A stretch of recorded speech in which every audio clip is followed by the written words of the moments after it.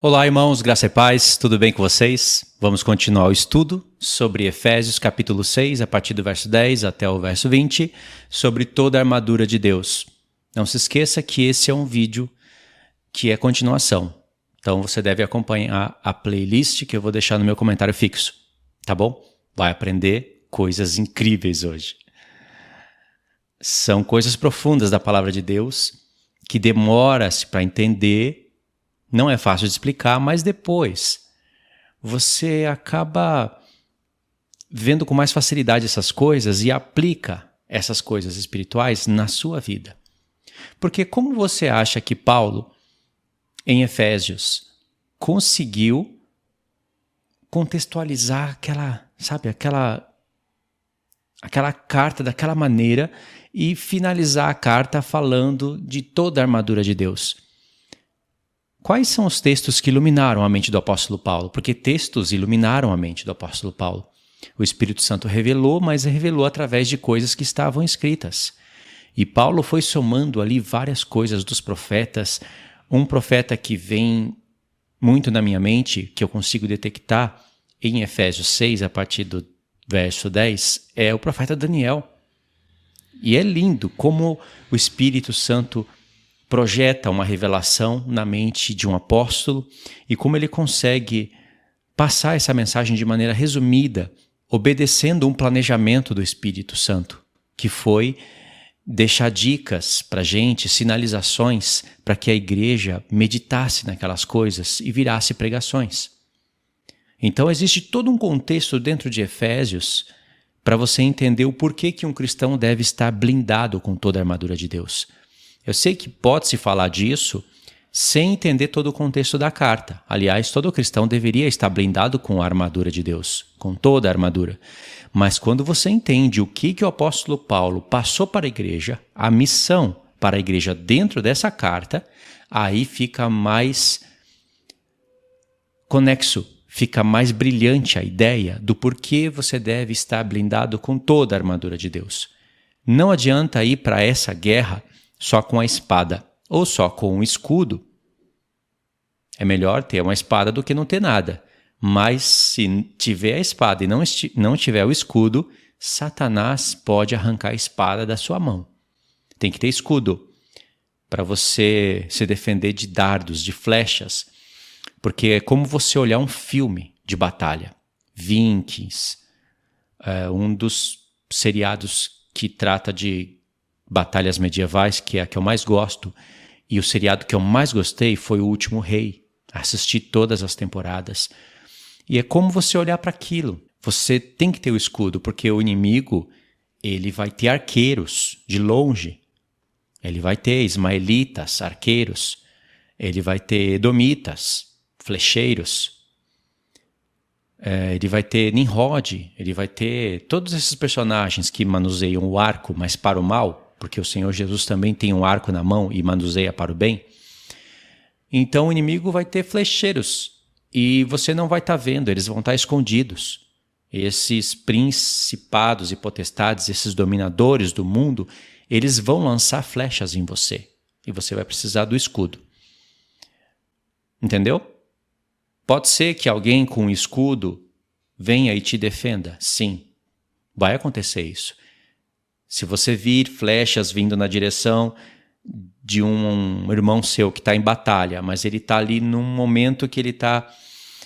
o escudo não está direcionado para se defender. Você pode usar o seu escudo e defendê-lo. Isso é uma batalha, né? Mas você tem que ter o seu próprio escudo. E não só isso, tem que ter o capacete da salvação, a couraça. E aí nós vamos estudar essas questões. Num próximo vídeo, nós vamos ver de onde o apóstolo Paulo extraiu essas armaduras. Isso é magnífico, isso é importante. Todos nós temos que ter isso em mente. Não apenas ler e repetir, nós temos que entender. Então eu vou tentar aqui contextualizar dentro desse vídeo as porções para esse estudo, tá? Separei aqui um mapinha mental para gente, que eu fiz rabiscando mesmo. Vai aparecer aí na tela para vocês. Nós vamos começar com o texto que eu escolhi, né? Efésios 6, do 10 ao 20. Toda a armadura de Deus. Aí nós vamos ler Daniel 2, do 15 ao 19 e aqui vai ter uma visão da noite. Daniel 7, o verso 1 e o verso 16, nós vamos ver que Daniel recebeu um sonho. Agora não é uma visão, como está aqui, é um sonho. E sim, é uma visão, só que da noite. Tem diferença, né? Tem diferença para o capítulo 2. Vocês sabem do que eu estou falando aqui, né? Um se refere à estátua de Nabucodonosor e o outro se refere aos 4 animais, onde Deus vai acrescentar detalhes sobre a visão da estátua. Ele muda o material de elementos como ouro, prata, bronze, ferro para animais e acrescenta detalhes. E ao acrescentar detalhes, ele acaba revelando coisas na estátua. De maneira que, às vezes, dependendo do ponto de vista que você olhar, é a estátua que vai estar acrescentando detalhes. Porque tem coisas que só a estátua pode falar. Capítulo 8, dentro desses versos aqui, nós vamos ter uma visão do dia. E aí, seguindo com essa ideia, vamos calcular a partir daqui. Nós vamos ter o seguinte, Daniel 8, verso 1, 15 e 19, nós vamos ter mais uma visão do dia. É onde Deus vai acrescentando detalhes. O objetivo não é ficar falando das visões e das partes proféticas que elas remetem. O objetivo é entender como Deus planejou trabalhar na vida de Daniel e o apóstolo Paulo esteve atento para isso. Vocês vão entender a conexão desses fatos. E aí aqui eu tive que colocar 2.300 tardes e manhãs, que é a visão que está sendo revelada para a gente no capítulo 8, através daquele conflito entre o carneiro e o bode, o santuário e todas aquelas peças profundas. E aí nós vamos chegar em Daniel 9. Daniel 9, nós vamos ter esses textos aqui, e aqui nós vamos ter uma visão real. O que eu quero dizer com uma visão real? É que foi uma visão que Daniel teve que não foi através de sonho. Foi uma visão que de fato aconteceu na terra, realidade, aonde o arcanjo Gabriel, ele veio visitar Daniel presencialmente. E Deus não precisaria disso. Ele já mostrou nas visões anteriores que Deus poderia fazer de outra maneira, mas ele escolheu assim. Coloquei esses textos aqui, O homem muito amado, que vai aparecer tanto em Daniel 9 como em Daniel 10. Aqui eu coloquei um grande conflito, terceiro céu, segundo céu, e o conflito debaixo do primeiro céu, que é na terra. Aqui eu coloquei o encaixe de algumas coisas para a gente conectar, uns desenhinhos bem feinho, mas só para ilustrar, só para eu lembrar aqui, para explicar para vocês. E aqui finalizo o estudo. Tá bom? Então a gente vai ler os textos, eu vou ler os textos para vocês e eu vou encaixando as ideias. E, claro, tudo convergindo em Efésios 6, do 10 ao 20, e depois eu posso contextualizar um pouquinho a carta para vocês. Como eu escrevi, já lancei tudo que está aqui, tudo que eu vou falar aqui, eu já coloquei lá na comunidade do canal, quando anunciei esse estudo. Deixei o mapinha também lá na comunidade do canal, e aí vocês vão entender, tá bom? Então vamos lá, vamos ler Efésios 6, do 10 ao 20, para a gente relembrar os textos. Vamos ler. Quanto ao mais, sede fortalecidos no Senhor e na força do seu poder. Revestivos de toda a armadura de Deus, veja que ele falou toda, porque Paulo sabe que não adianta usar uma parte e não a outra, para poderes ficar firmes contra as ciladas do diabo, porque a nossa luta não é contra o sangue e carne, e sim contra os principados e potestades, contra os dominadores deste mundo tenebroso, contra as forças espirituais do mal nas regiões celestes. Lembra que eu expliquei para vocês já o porquê que o apóstolo Paulo fala que a nossa luta não é contra sangue e carne? Porque no tempo da antiga aliança, os homens teriam que usar armaduras, tocar trombeta, porque em Números 10 fala que ao sair para a batalha eles tinham que tocar trombeta para Deus se lembrar deles e ser com eles. Mas eles tinham que manejar espada, escudo, couraça, eles tinham que fazer isso e era contra sangue e carne. Tinha que lutar, tinha sim derramamento de sangue e era lei. Mas mesmo assim, Deus mostra que para eles vencerem as batalhas, por exemplo, Josué teve uma batalha que ele não conseguiu vencer e Israel saiu envergonhado diante dos seus inimigos, e Josué foi e rasgou as suas vestes de vergonha. Porque Josué, irmãos, Deus só não colocou toda a terra debaixo dos pés de Josué como ele fez com Salomão, porque Deus deixou algumas nações ali para pôr Israel à prova. A terra seria toda subjugada diante de Josué. Josué obedeceu à lei de Deus. Josué foi irrepreensível diante do Senhor. Moisés foi repreendido, Josué não. Josué, até o nome, Yehoshua, nos lembra Jesus. E é uma figura, Josué figurando Jesus. Lá em Hebreus, quando o escritor de Hebreus está falando de Josué e fala de Jesus, no grego está Jesus para os dois. Só essa pequena diferença do nome é só no hebraico, de Yeshua para Yehoshua. Então Josué figurando Jesus, lutando com as 12 tribos, figurando a igreja, contra sangue e carne. Nosso aspecto agora de luta é outro, é contra principados e potestades, e eles não são de carne e osso. Subjugavam as nações para introduzir Israel. Ao terceiro dia, como está escrito em Josué 1, na terra prometida. Cristo faz a mesma coisa, só que em patamares mais elevados. O ciclo continua. Só que são ciclos onde o patamar vai se elevando. Até que Cristo coloque as 12 tribos, isto é, a igreja da nova aliança, não na terra prometida ali como homens carnais, mas sim como reis e sacerdotes glorificados para reinarem sobre toda a terra. Terão acesso ao céu, os sacerdotes glorificados, mas reinarão a partir de Jerusalém. É a mesma figura. Então é incrível isso. Então eles tinham que lutar contra sangue e carne. Mas a vitória de todas as batalhas viria de Deus com o povo. Porque, por um lado, Deus não precisava de espada, escudo, de habilidades para vencer a batalha. Deus já deixou muito claro através de vários episódios. Um anjo do Senhor, lá no profeta Isaías, ele em um dia derrota 180 mil assírios. Sim, ó. E ele não matou mais, não porque acabou a força, o anjo se cansou. Foi porque foi o suficiente para Senaqueribe voltar envergonhado. Voltar.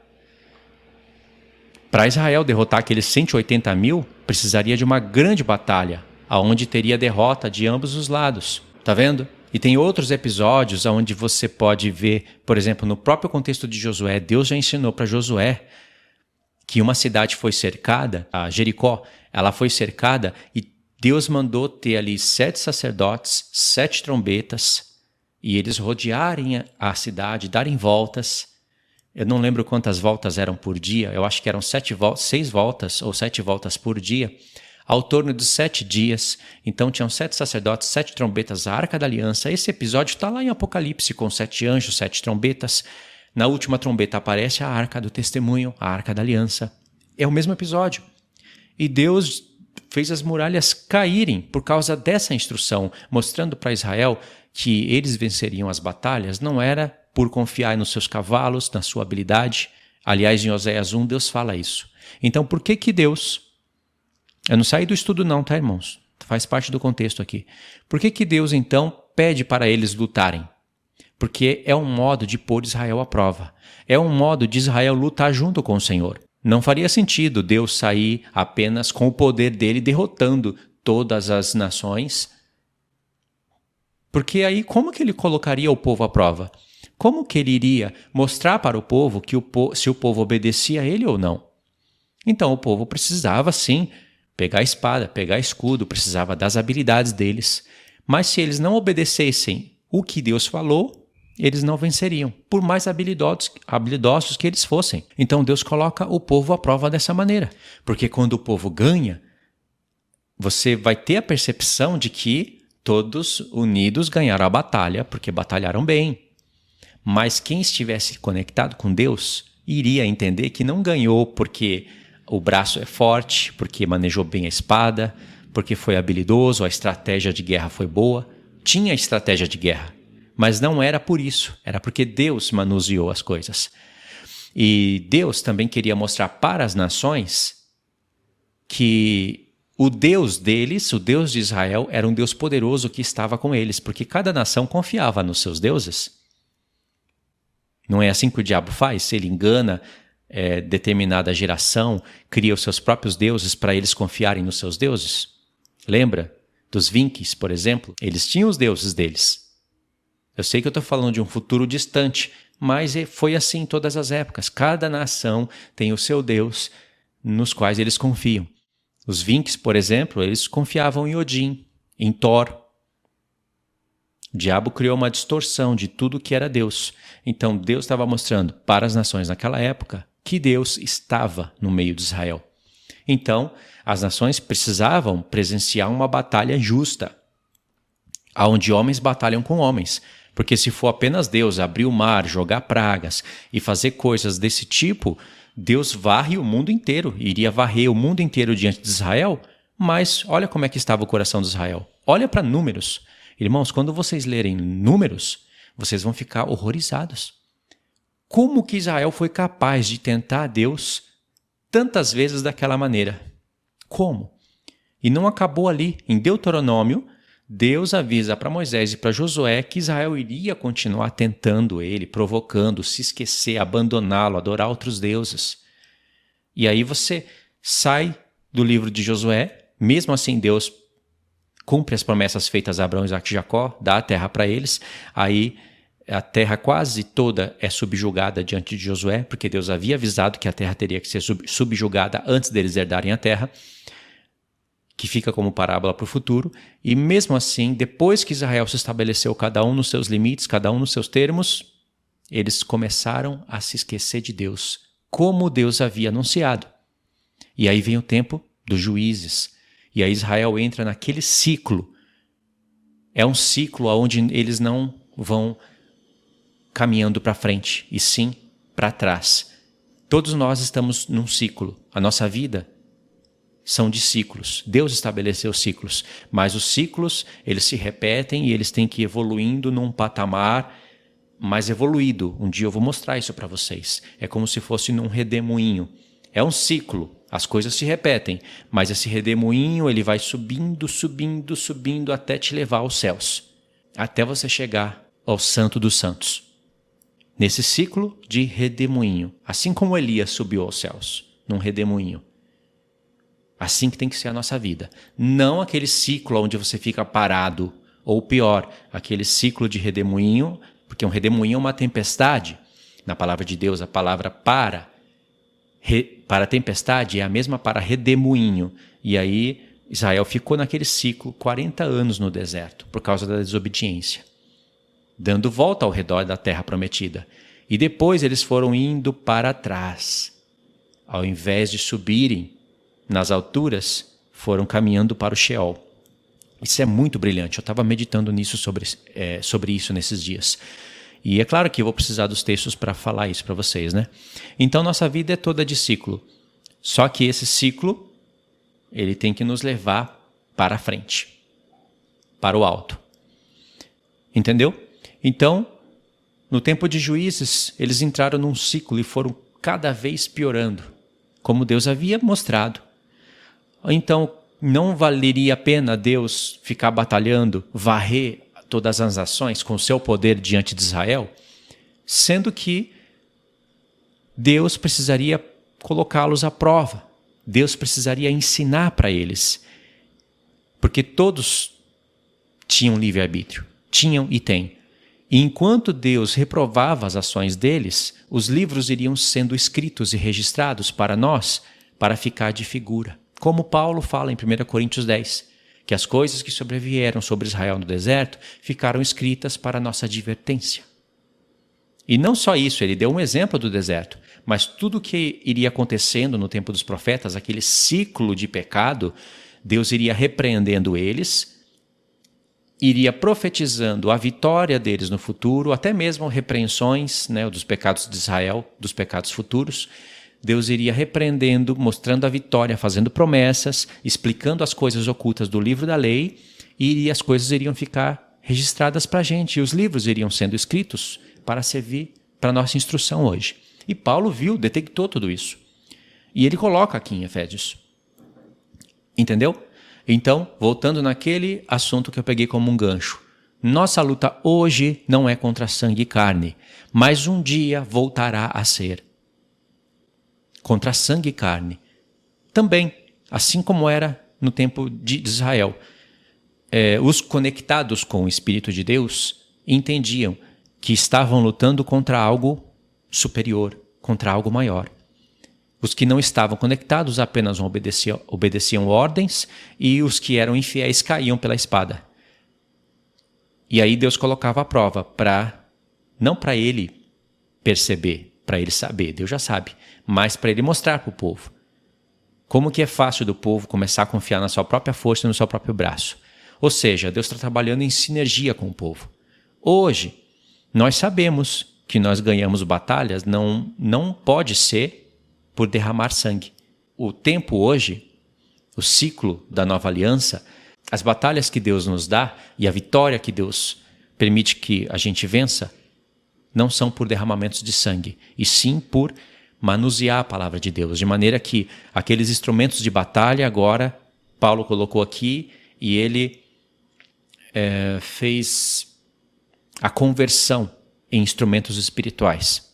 E mesmo assim você não pode confiar na sua própria habilidade mental, no seu próprio jeito de ensinar, nas coisas que você fala, como se fosse Israel no tempo antigo, confiando nos instrumentos, nos cavalos. Você tem que confiar em Deus. Mas vai ter que usar a palavra de Deus como um guerreiro. Entendeu? E aí, toda a armadura de Deus envolve todos os instrumentos que nós vamos ver e ainda mais coisas que nós vamos ler. Eu fiz uma grande pausa para explicar isso para vocês, porque eu acho isso magnífico quando você começa a pensar nisso, no projeto de Deus, como Deus planejou revelar esses mistérios para que os apóstolos entendessem e escrevessem de uma maneira onde eles não explicassem tudo, mas explicasse de uma maneira resumida, que tivesse links com os profetas para que virasse pregações para a igreja de Cristo. Entendeu? Então vamos lá. Vou desenrolar aqui. Verso 13. Portanto, tomai toda a armadura de Deus para que possais resistir no dia mau e depois de teres vencido tudo, permanecer inabaláveis. Aqui se aplica no ciclo da nossa vida, mas a última etapa e aplicação final é dentro da grande tribulação, como eu já mostrei em vídeos anteriores. Aí o verso 14, continuando aqui, Paulo diz: estais, pois, firmes, cingindo-vos com a verdade, e vestindo-vos da couraça da justiça. Duas palavras aqui, verdade e justiça. Ainda que você manuseie a palavra de Deus, se você não ensinar a verdade, você não está ensinando o povo a se revestir de toda a armadura de Deus. E a justiça. E aqui eu sempre destaco duas religiões maléficas, duas interpretações horríveis, que praticamente mandam soldados para a batalha pelados. Vão perecer na grande tribulação. A linha pré-tribulacionista vai mandar soldados para a batalha pelados, nus, vão sair fugindo pelados, e a linha calvinista já deixa a pessoa nu desde agora. Verso 15. Calçai os pés com a preparação do evangelho da paz, embraçando sempre o escudo da fé, com o qual podereis apagar todos os dardos inflamados do maligno. Tomai também o capacete da salvação e a espada do Espírito, que é a palavra de Deus. Aqui também faz parte, de toda a armadura de Deus, com toda oração e súplica, orando em todo tempo no Espírito. Só aqui nessa parte, a gente pode perceber que a gente não está preparado para a batalha. Pelo menos eu não estou. Porque isso daqui na minha vida não está pleno. Mas está longe de estar. Não vou mentir. Não vou ler aqui como se eu estivesse fazendo tudo isso aqui. Eu não estou. E se vier uma aprovação maior do que a que eu possa resistir, ou seja, se Deus... Uma aprovação que deveria vir na minha vida mais para frente, já que eu estaria mais forte, se Deus antecipar, eu pereço. Mas Deus é fiel que não deixa a gente ser tentado, tentado, né, nessa parte, tentado além das nossas forças. Entendeu? Mas tem pessoas que nunca podem passar por uma provação maior porque elas não são fortes. Se Deus mandar uma provação maior, que era uma etapa que teria que fazer, a pessoa perece. Porque ela não cresce. Quanto mais provações e quanto mais vitória, mais provações. Provações maiores virão. Para a vitória ser maior e a sua experiência de guerreiro, de batalha, ser maior. É como jogar videogame.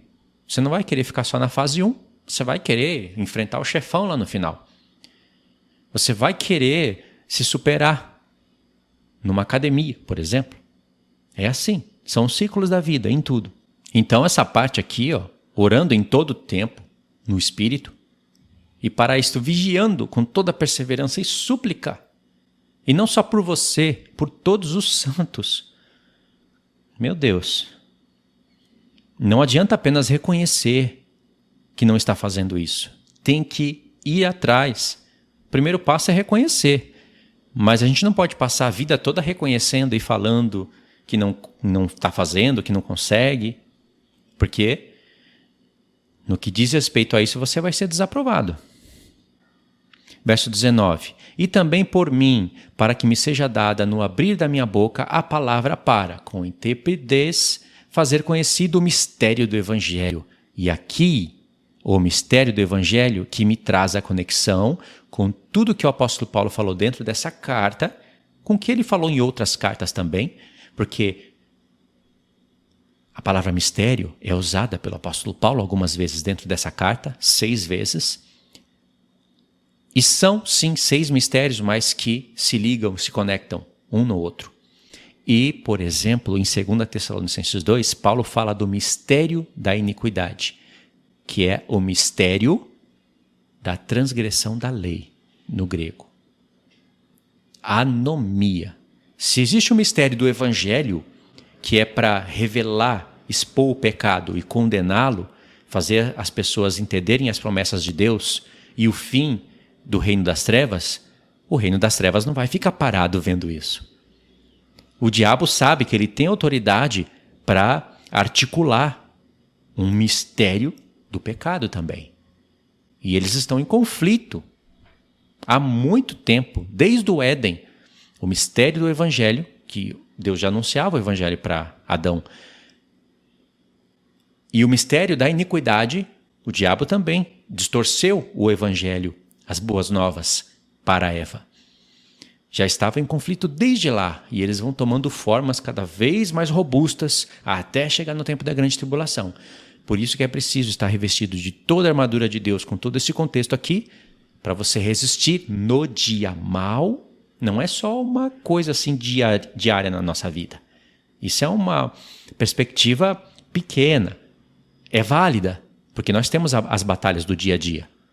Mas isso nos conduz para um tempo do fim, principalmente aqueles que estarão vivos para esse tempo, para que depois de você ter vencido tudo, permanecer inabalável, porque Deus vai abalar tanto os céus como a terra, e tudo que é abalável vai se abalar, mas o reino dele é inabalável, como o escritor de Hebreus falou e como aparece nos Salmos. É essa a ideia de Paulo, irmãos, não se enganem não. Não é invenção isso daqui que eu estou falando, essa é a ideia de Paulo. Verso 20. Pelo qual sou embaixador em cadeias, para que em Cristo eu seja usado para falar como me cumpre fazê-lo. Então aqui, por mais elogios que a gente possa receber, ou que qualquer outro possa receber, por ensinar bem, seja a pessoa tendo um canal imenso e falando besteiras, como é comum entre o nosso povo brasileiro, ou seja a pessoa tendo canal pequeno e falando besteiras, seja a pessoa tendo canal grande e falando coisas boas, porque tem também, e seja a pessoa com canal pequeno falando coisas pequenas, ou não tendo canal, estando presente numa congregação e falando ali as coisas de Deus, ninguém pode se gloriar a não ser em Deus, porque tudo isso que nós temos do Novo Testamento foi dado por Cristo, mas através de apóstolos que sofreram, e principalmente Paulo, que era embaixador em cadeias. Eu estou ensinando a partir da minha casa, sendo praticamente sustentado por irmãos, no conforto da minha casa. Olha a geladeira ali atrás. Tem coisas para comer e beber quando eu terminar aqui. Olha os equipamentos que eu estou usando. Depois eu posso sair, dar uma volta, tomar um sol. Comida a hora que eu quero, conforto. Olha a minha cama ali atrás. Ensinando as coisas de Paulo. E só porque Deus deu um entendimento legal, bom, edificador até, por que eu vou me engrandecer? Sendo que o apóstolo Paulo meditava na cadeia. Ele conectava esses pontos na cadeia. E da cadeia saiu essa carta. Da prisão, onde tem frio, quando é frio. Calor, quando é calor. Tem ratos. A comida é escassa. Deus, ele não deixava o apóstolo Paulo morrer, mas não tinha conforto. Por que um apóstolo genial como esse não poderia ter conforto? Ele tinha, sim, alguns momentos de conforto, só que nem se compara com o nosso conforto.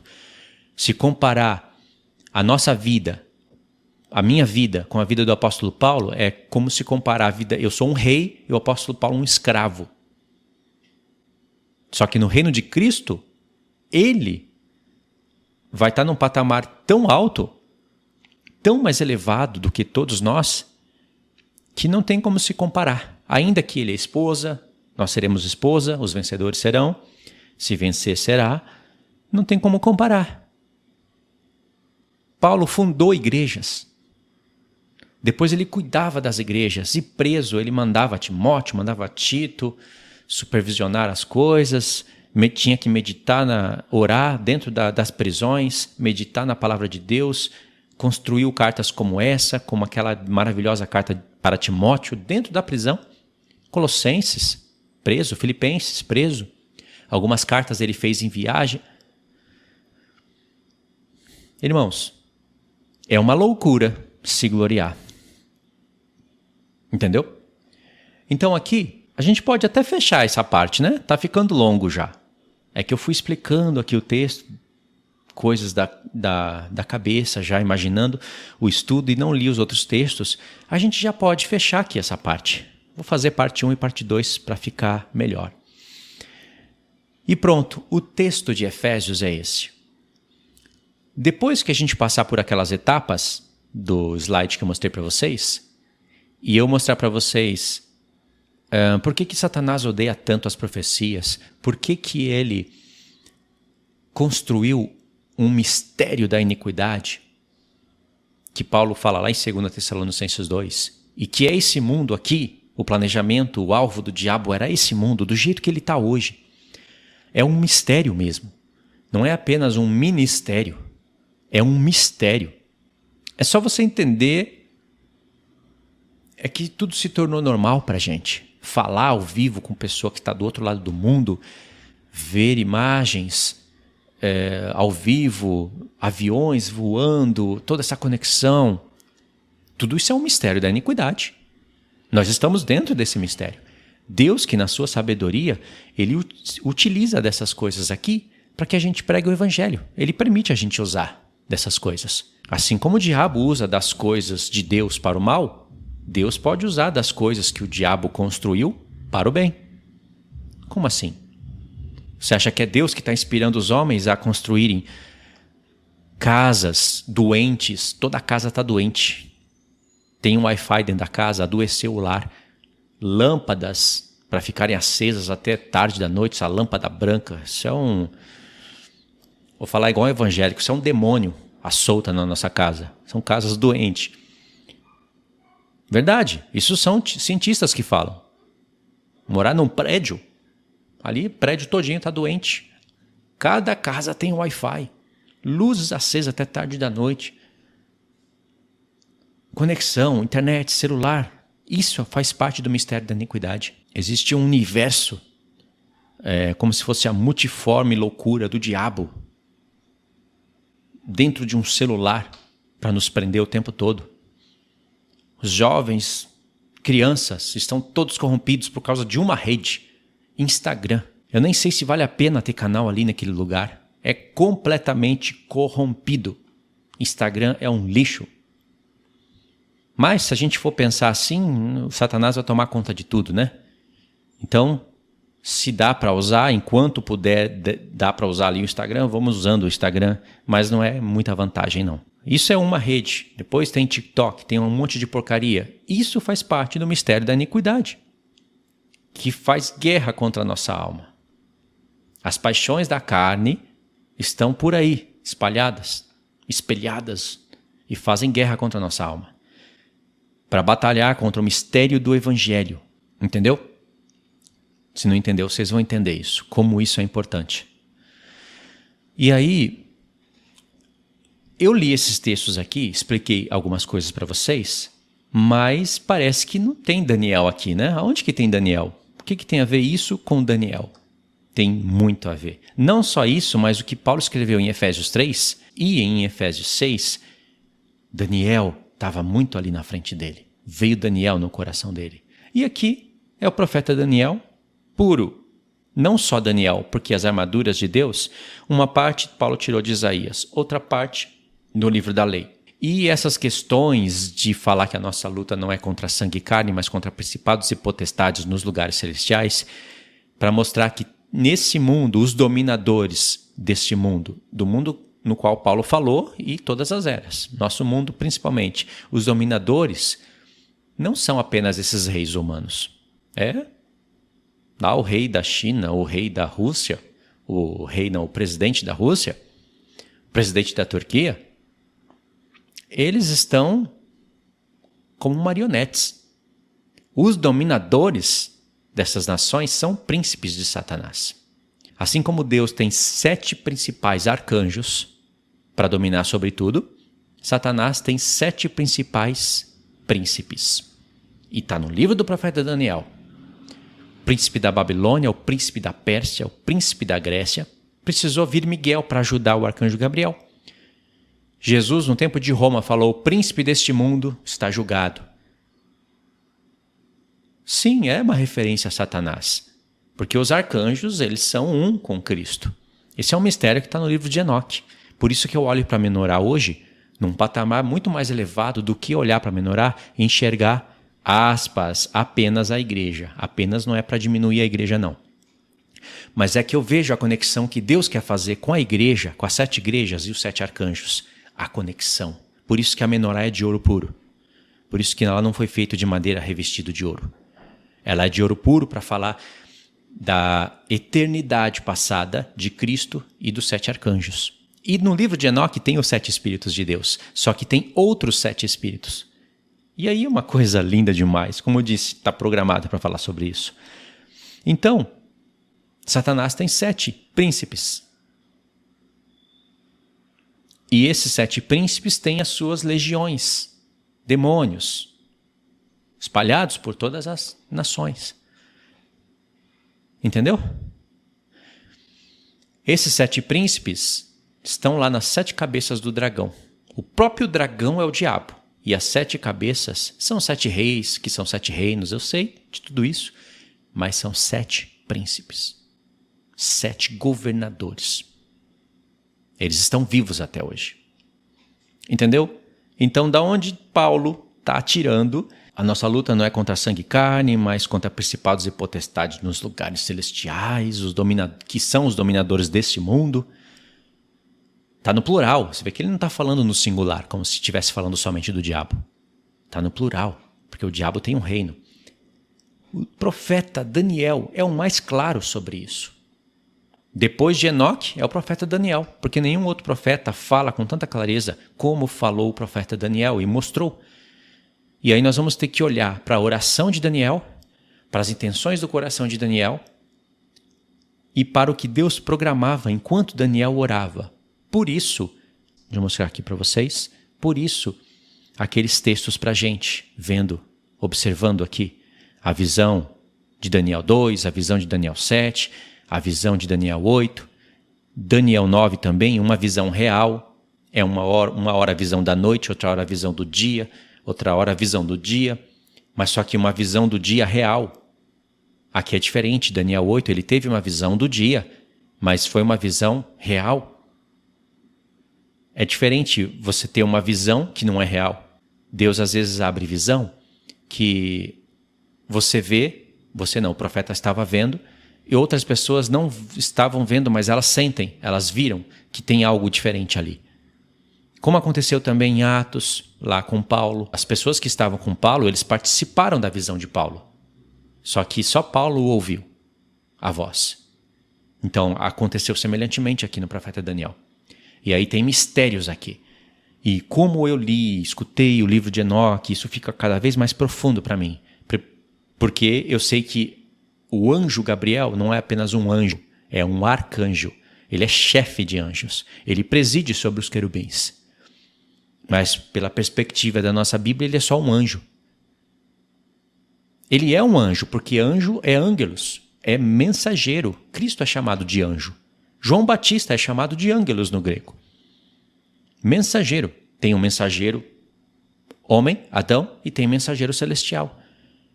Tem um mensageiro celestial que são anjos criados, e tem mensageiro celestial que, por exemplo, são querubins. Os querubins são anjos também.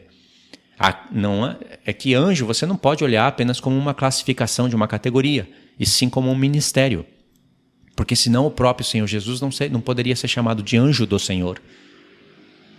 Se Jesus tem 7 arcanjos, Cristo, ele é o cabeça dos cabeças, tipo como Rei dos Reis e Senhor dos Senhores.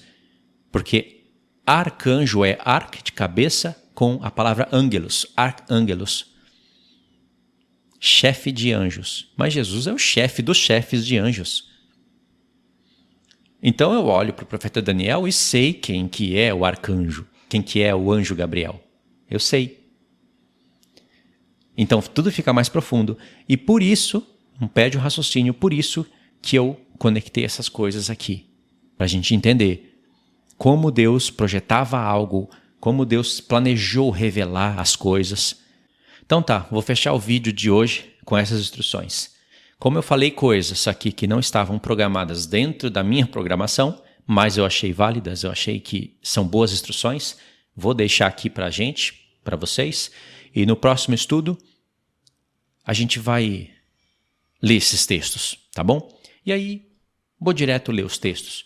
Não vou ler mais Efésios 6, do 10 ao 20, e a gente cai direto nas instruções aqui, tá?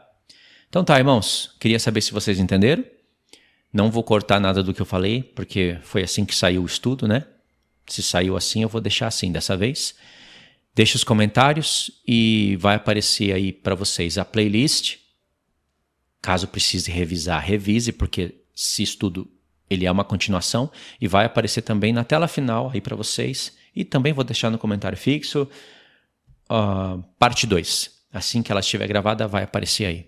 Peço que você também ajude o canal. Tá? Assim, da maneira como você puder. Assim como você faz com outros canais, faça aí para me ajudar. E é isso, tá? Muito obrigado por ter assistido até aqui, pela paciência. E medite nisso daqui. Vai valer a pena. Você vai ter coisas para ocupar a sua cabeça, tá? Deus abençoe então, irmãos. Um abraço. Fiquem na paz.